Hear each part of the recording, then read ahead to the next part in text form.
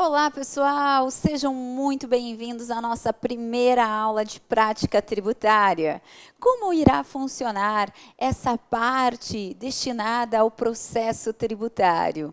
Nós teremos inicialmente 20 aulas, cada uma com duração média de 2 horas. E nas primeiras aulas, eu irei trabalhar com vocês com a petição inicial. Iremos elaborar um esboço que vocês irão carregar esse esboço até o final do curso e, digo mais, até o dia da sua prova. E há ainda candidatos que falam para mim que carregam isso para o resto da vida, aplicam muito na advocacia tributária. E é isso que eu espero de vocês para quem vai seguir aqui a área tributária.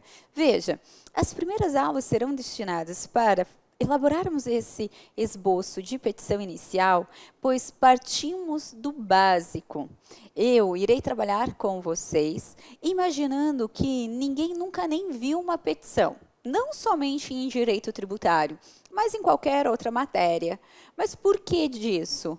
Por 2 grandes motivos. Primeiro, que como temos vários alunos de várias cidades e eu não os conheço pessoalmente, eu não sei qual é o grau que vocês se encontram sobre o processo tributário. Eu acredito que muitos já estão num grau avançadíssimo, mas outros estão no nível básico. E, por essa razão, aqui, em vista do princípio da isonomia, eu tratarei todos igualmente e vamos partir do básico para que possamos atingir, sim, a forma mais aprofundada do processo tributário. E, em segundo lugar, é por conta que eu preciso desenvolver em vocês o raciocínio jurídico tributário. Esse curso, eu garanto a todos que é diferente de tudo o que tem hoje no mercado. Sem nenhuma crítica aos meus colegas de trabalho, imagine, mas o que eu quero dizer é que o meu método é diferenciado porque eu não quero mais que o candidato decore. Eu quero realmente desenvolver o raciocínio jurídico tributário, que será perfeito para o dia da prova e também depois que finalizar a prova, pois vocês estarão frente à prática, ao dia a dia de um advogado tributarista. Então, por isso que é importante termos o básico para que possamos aprofundar.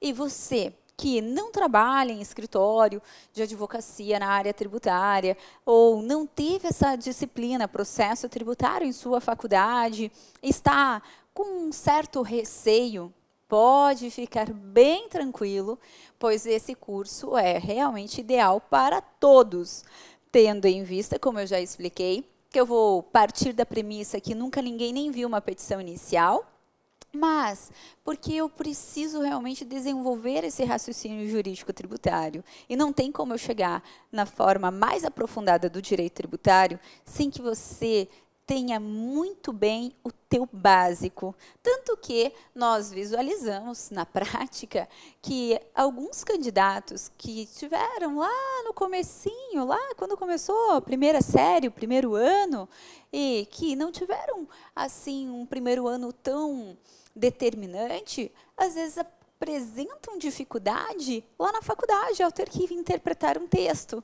Então, é do básico que você vai ter a base suficiente para que eu possa, sim, aprofundar muito a nossa matéria. Então, você que já tem o conhecimento em direito tributário, não fique preocupado achando que o curso vai ser tão básico. Mas as primeiras aulas, sim, irei trabalhar de forma bem básica, de forma repetitiva, para que você vá tendo essa injeção de ânimo e de matéria na sua cabeça, para que no dia da prova você consiga desenvolver a prova com muita tranquilidade. E sem falar que eu gosto que vocês me levem para o dia da prova. Eu brinco falando isso, mas é verdade. Muitos candidatos me relatam que no dia da prova só escutam a minha voz e acaba passando uma tranquilidade. Porque você, por mais que seja já expert em direito tributário, pode acontecer do dia da prova você ficar nervoso e não conseguir desenvolver a sua prova como você gostaria. E é por essa razão que eu tenho aqui esse método para tranquilizá-lo, para permitir que você vá para a prova confiante, sabendo que pode vir o que for, qualquer peça, qualquer recurso que você saberá desenvolver muito bem. Então, nós teremos um treinamento extremamente pesado, puxado, de modo que, se você gosta de coisas mais light, mais tranquilas, então esse não é o curso recomendado para você. Aqui nós iremos trabalhar muito, pois, como disse, eu quero, primeiro, a aprovação de todos. E, em segundo lugar, eu quero que vocês levem todo esse conteúdo para a vida de vocês, para que possa realmente ajudá-los enquanto advogados ou mesmo procuradores, juízes no futuro, não sei, mas que vocês tenham essa base. Afinal de contas, nós teremos muitos dias juntos, muitas horas em contato. E eu não quero que essas horas, que são tão preciosas na vida de tanta gente, sejam simplesmente depois ignoradas, que sirva para o seu futuro. Então, por isso que esse curso é diferenciado. E veja, quanto à petição inicial, que vai ser o nosso tema das aulas iniciais, por que eu inicio justamente pela petição inicial? Primeiro, porque nós teremos o esboço, em que servirá para tudo, na verdade. Para tudo, inclusive para recursos. Vocês sempre vão, na hora de elaborar uma petição inicial específica, ou mesmo um recurso, qualquer peça, ou até mesmo uma contestação ou reclamação, vocês vão verificar que sempre vai ter aquele esboço. Qual seja, ao fechar os olhos, vocês têm em mente que qualquer petição, qualquer recurso terá necessariamente o endereçamento, a qualificação das partes, a síntese dos fatos, a parte do direito e a parte dos pedidos. Então, esse esboço que nós iremos trabalhar, mas eu irei detalhar cada um desses passos, para que você não ligue simplesmente o automático na hora da tua prova e reproduza o que você já ouviu milhares de vezes, mas que você raciocine, você pare, interprete. Afinal de contas, cada caso é um caso. Logo, a minha prova pode mudar uma vírgula, que pode ser outra peça processual. E se você decora, porque infelizmente eu vejo muito que tem isso, antes do lançamento é ação declaratória, depois é anulatória, e fica isso na tua cabeça, mas você fica ali sem entender, numa repetição, que eu não quero que jamais aconteça isso. Então, você não vai me ver aqui cantando em segunda fase, não vai me ver falando macete. Aliás, macete em segunda fase não existe.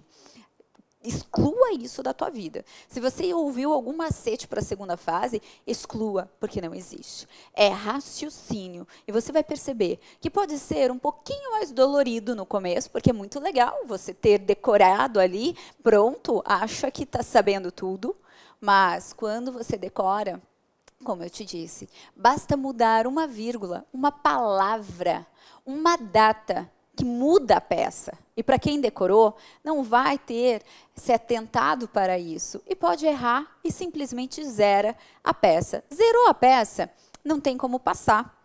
Considerando que você precisa de 6 para passar, só a peça vale 5 e as questões mais 5, se você zera a peça, por mais que você gabarite as questões, você não atinge a nota mínima para passar. Então, você tem que ter o cuidado. Nós teremos aulas exclusivas, sim, para diferenciar as peças, sim, mas no decorrer do nosso curso. Logo, aqui no começo, nós iremos trabalhar, como eu lhe disse, com esse básico, considerando que você nunca viu uma peça. E como também disse, se você não trabalha em escritório de advocacia na área tributária, não teve essa matéria na sua faculdade, eu até arrisco a dizer que você vai se sair melhor do que muitos candidatos que acham que tem toda essa prática. Por que eu digo acham que tem toda essa prática? Na verdade, até me corrijo, tem a prática tributária, mas entre ter a prática tributária lá do escritório e realizar uma prova de segunda fase em tributário, pode ter muita diferença. Por quê? Porque você pode já ter vários vícios, de que você liga teu computador, recorta e cola endereçamento, síntese dos fatos, e é assim. Eu mesma faço muito isso no meu escritório. Você recorta e cola, mas você sabe muito de tributário, com certeza. Está trabalhando com isso todo dia. Mas você nunca parou para pensar por que é aquele endereçamento, por que é daquela forma, aqueles pedidos, por que são daquele jeito. E no dia da prova, você não tem como ligar o computador e recortar e colar. Você terá, que escrever. E tem mais esse detalhe. Temos que treinar a escrita. Não adianta também você só estudar e não treinar a escrita. Porque no dia da prova tem mais esse fator, além do nervosismo. Tem a questão do tempo. Quantos candidatos que eu conheço que sabiam muito de tributário, mas muito mesmo, mas infelizmente não passaram. Por quê? Porque não deu tempo de colocar no papel tudo o que eles sabiam. Então, aqui o curso é também feito para que permita que você compreenda o que é de mais importante para você colocar na sua prova. Afinal de contas, eu tenho um gabarito, um padrão de respostas da nossa banca da FGV, que ela vai corrigir o que interessa. Tudo mais que você colocou, até de forma mais aprofundada, aquela prova que qualquer professor da faculdade ou advogado olharia e falaria para você, meu Deus, não, está perfeita, talvez não seja o suficiente para você passar no exame da OAB. Porque aquilo que você colocou que não precisa, não vai ser corrigido. E às vezes você coloca tanta coisa, e é tudo certo, tudo lindo, maravilhoso, mas deixa de colocar aquilo que a FGV queria ter visto na tua prova. É por isso até que eu comparo o exame da OAB com o exame que a gente faz para tirar a habilitação para a direção. No dia do teu exame do Detran, você tem ou não tem que dirigir exatamente como o Detran quer. Você já tem prática no volante há muitos anos, mas para tirar a tua carteira, você vai ter que dirigir como eles querem, sob pena de reprovar. Também quantas pessoas que eu conheço que já sabiam dirigir muito, mas chega no dia do exame e não passa por conta dos vícios. Então, por isso que eu digo, se você não tem a prática tributária, esse curso vai ser ideal, porque eu vou partir do básico e você já vai aprender do jeito que a FGV gosta. Para aqueles que já têm a prática tributária, eu peço que tenham paciência, tenham atenção, porque exame da OAB não combina com salto alto, não. Então, não ignore essas aulas, não ignore as devidas atenções que eu pedirei durante as aulas, porque tudo é muito pensado. Eu tenho mais de 10 anos em cursos preparatórios para o exame da OAB. Aliás, só aqui no SERS já são 10 anos. Eu tenho bem mais que 10 anos, porque até chegar no SERS, eu já dei aula em vários outros cursos presenciais. Então, nós sabemos e podemos passar isso para vocês, o que a banca gosta de corrigir. Por isso, paciência, que vai dar tudo certo. Agora sim, vamos iniciar a nossa aula. E eu peço para que vocês vejam, vou começar com petição inicial, um esboço geral, e depois sim, irei fazer petição inicial por petição inicial, bem como recurso por recurso durante o nosso curso, mas agora eu só farei a petição inicial geral para que vocês tenham a base, tenham o esboço e, como disse, possa aplicar esse esboço para toda a elaboração de peça durante o nosso curso, durante a prova e depois para o seu futuro, se for o caso, é claro. Não é? Mas o que acontece? Nós trabalharemos, sim, com ação declaratória, anulatória, repetição de indébito, embargos, mandado de segurança, tudo. Graças a Deus, o nosso curso é bem completo também. Se fala muito que é o mais completo do mercado, porque vocês vão perceber que eu sou um pouquinho neurótica quando se fala em exame da OAB. Eu sempre venho com uma peça nova, com um recurso novo, até pelo fato, como eu sou advogada tributarista, atuante, então, no meu dia a dia, eu já aproveito e já trago aqui para vocês, sabendo que pode muito bem ser objeto de pergunta ou mesmo a peça prático-profissional. Pois saiba que a prática profissional tributária, essa parte de processo, ela é muito cobrada pela nossa banca. tanto na elaboração da peça, como também nas questões. Para vocês terem ideia, tem prova que 2 das 4 questões é toda voltada para o processo tributário. Então, por isso que essas aulas são importantes. Bom, quanto à petição inicial, modelo padrão, vamos iniciá-la. Para tanto, já separe, por favor, o seu artigo 319 do CPC. Josi, antes de você começar a aula, já quero saber, quando é a aula para fazer remissão? Porque eu vejo que todo mundo tem uma aula específica para fazer remissão. Já vou adiantar para vocês. Nós não teremos essa aula específica para fazer remissão. Por quê? Porque todas as minhas aulas eu faço remissão. Eu falei, não existe milagre, fórmula para você passar, não. Até as remissões, eu quero que vocês as compreendam.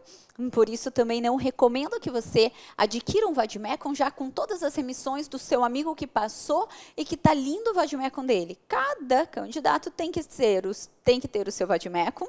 Eu indico, é claro, o nosso, da editora Juspodium, que já está na 14ª edição. Também muitos me perguntam se é possível utilizá-lo para a prova de segunda fase no dia, e com certeza esse Vademecum foi feito para ser utilizado no dia da sua prova.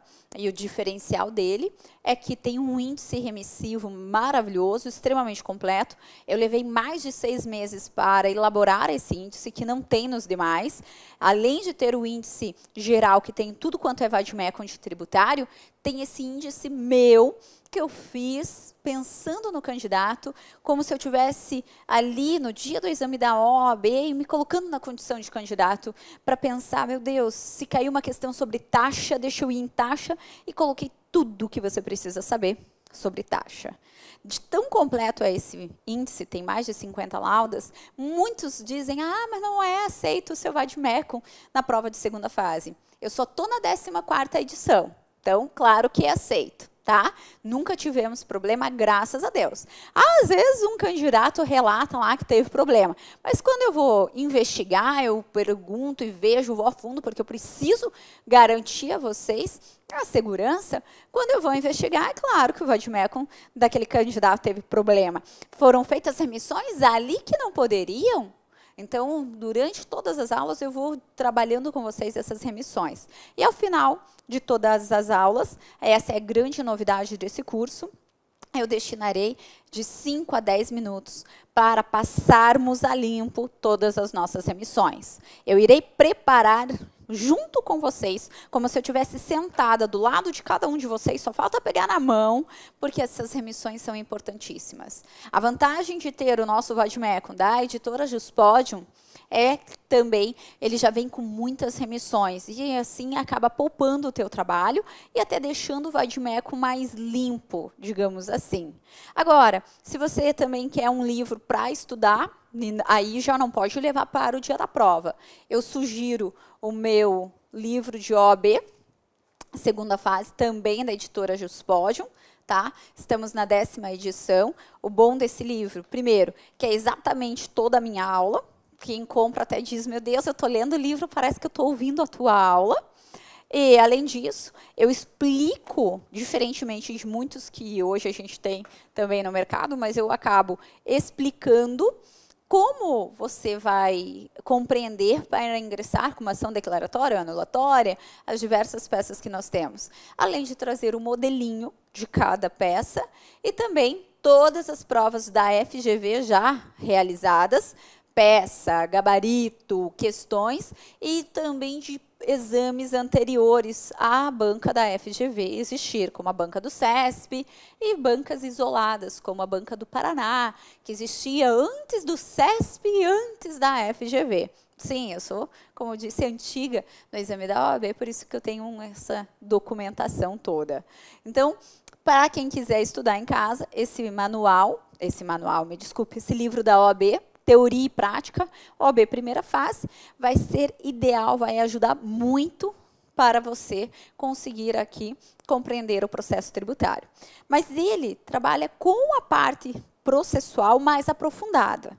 Também tem a parte da teoria, da parte do direito material, mas a parte mais aprofundada é o processo. Agora, se você quiser aprofundar no direito material, aí eu sugiro o meu manual de direito tributário, também da editora Juspodium, que estamos já na 6ª edição. E esse manual é extremamente aprofundado. Eu tenho ouvido muito de ex-alunos que estão utilizando mais ainda agora na advocacia, porque eu acabo abordando assuntos que não tem outros livros de direito tributário. Então, essa aqui é a bibliografia básica para vocês, caso queiram adquirir. Josi, custa caro, eu sei.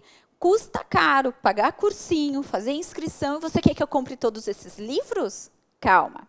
É que existem pessoas que gostam de ter essa base. Outras pessoas, eu entendo, que realmente acaba custando caro, não é fácil para todo mundo, não é fácil para ninguém, na verdade. Então, eu sugiro apenas o Vade-Mecum. O Vade-Mecum você tem que ter para realizar a tua prova de 2ª fase. Não tem como você ir sem uma legislação. Eu indico o meu Vade-Mecum, que é em coautoria com o professor Eduardo Sabag, que realmente é o mais completo hoje do mercado. Mas, claro, se você já tem outro Vade-Mecum, sinta-se à vontade. Eu só peço que acompanhe a nossa aula para perceber se no teu Vade-Mecum tem todas as leis que eu irei mencionar durante o nosso curso. Porque, às vezes, pode acontecer isso. O candidato já tem um Vade-Mecum, mas, acompanhando as aulas, percebe que não tem algumas leis que eu menciono em seu Vade-Mecum. Aí eu sugiro que você empreste de alguém outro Vade-Mecum, porque você tem que ir com a legislação completa. Já pensou fazer a prova da OAB sem a Lei Complementar 116, que é do ISS? Se cai uma questão sobre ISS, você já perdeu ali a questão. Pode, né? Perder por não ter a lei. Então, você tem que tomar esse cuidado. Agora, o meu manual de direito tributário, o livro da OAB, 1ª e 2ª fase, você não precisa se preocupar. Eu só indico para quem gosta realmente de estudar, porque às vezes a pessoa enjoa de ouvir a voz do professor, cansa de assistir tanta aula e quer estudar, quer ler. Então, eu indico esses livros. Mas o nosso curso tem todo o material, tudo que eu falar terá material disponibilizado para vocês. Por isso, não se preocupe. Então, vamos para a petição inicial. Falei, mas eu preciso que vocês compreendam aqui essa parte prática. Para quem quiser saber mais sobre o nosso curso, bem como o edital da nossa prova, que é importantíssimo você conhecer o edital, nós temos a aula chamada tutorial, que vale a pena vocês assistirem, para vocês saberem como tudo vai acontecer aqui e o que é permitido e não é permitido no nosso edital. Então, vamos lá. Petição inicial, abre o artigo 319 do CPC.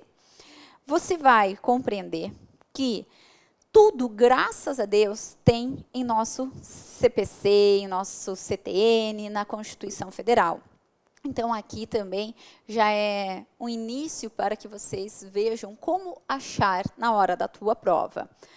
No artigo 319, já começa assim. A petição inicial indicará.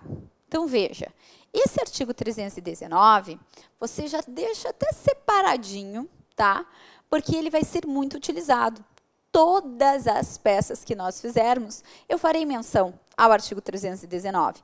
Por mais que ele diga sobre petição inicial, ainda assim eu irei abri-lo para fazer um recurso, uma reclamação ou uma contestação. Por quê? Para eu me lembrar. Para eu lembrar que tem que ter endereçamento, tem que ter síntese dos fatos, qualificação das pessoas, eu não posso me esquecer de nada. E quanto mais completa for a sua peça, maiores são as suas chances de você gabaritar a peça. Também muitos alunos me dizem que estão gabaritando a peça. E é isso que eu tenho feito, porque eu acompanho a correção depois. Não é só ministrar o curso e esperar o gabarito da FGV. Eu vou atrás dos candidatos, quem passou, quem não passou, analiso a correção para que eu possa melhorar o meu curso sempre, o próximo dizendo como está a correção da banca. Então, também aqui esse diferencial. Então, esse artigo 319, você vai ter que abrir sempre para você se lembrar. E por mais que você já saiba fazer petição inicial, recurso, já está cansado, é bom você abrir para não esquecer. No dia da prova, bate o nervosismo, tenha o fator tempo, e isso pode prejudicar. Então, vamos lá. Como eu disse a vocês, a petição inicial ela, ao fechar os olhos, você já imagina, visualiza o endereçamento, a qualificação das partes, o nome da peça, assim, a síntese dos fatos, a parte do direito e a parte dos pedidos. Vamos trabalhar tópico por tópico e você vai visualizar que o próprio artigo 319, ele já vai trazer esse esboço para você lembrar que tem que ter, primeiramente, o endereçamento. Então, o artigo 319, inciso 1, diz lá, a petição inicial indicará, inciso 1, o juízo a que é dirigida. Então, eu tenho que saber o juízo a que é dirigida a minha petição inicial. Veja, algo que no teu escritório você nem se chama a atenção, porque é tão automático, mas há 3 pontos que eu tenho que definir para endereçar corretamente a minha petição inicial.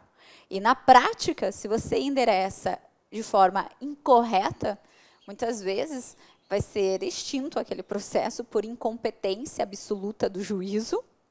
E, trazendo para a nossa prova da OAB, isso considera perder pontos.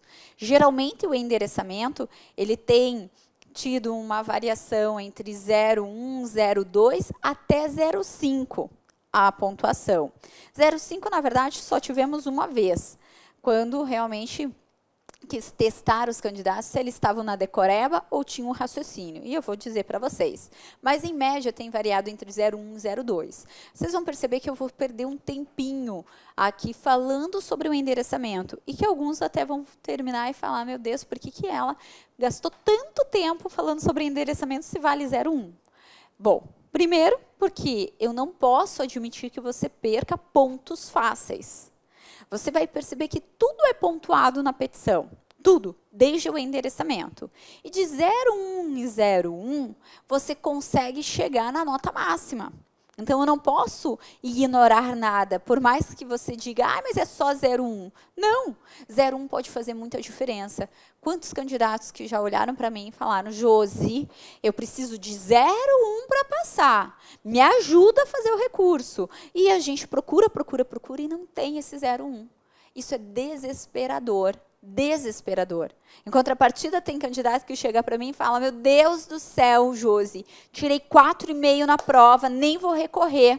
Vamos ver, vamos olhar. Aí, quando a gente vê, a pessoa teve a prova que não foi corretamente corrigida, está tudo lá, está tudo certo, mas o corretor ali se distraiu e não corrigiu de forma correta. E o resultado é, passa com o recurso. Então, o recurso, muitas vezes, é importantíssimo, mas eu tenho que cuidar. Essa questão de, eu fiquei por 0,2, 0,1, não significa dizer que vai recorrer e vai passar, não.